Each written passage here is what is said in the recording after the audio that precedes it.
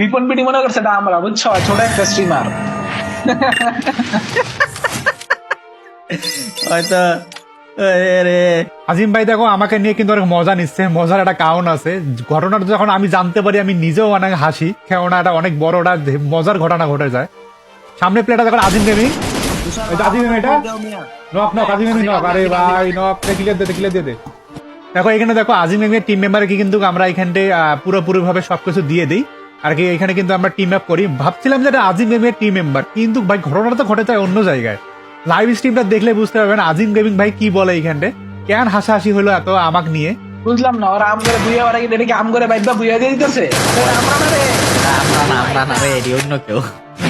যে অন্য কেউ রে পাগলা, আমরা না, রিপন পিটি এটা আমরা না, এটা আমরা মহিলা কিছু খেলা দেখতেছি।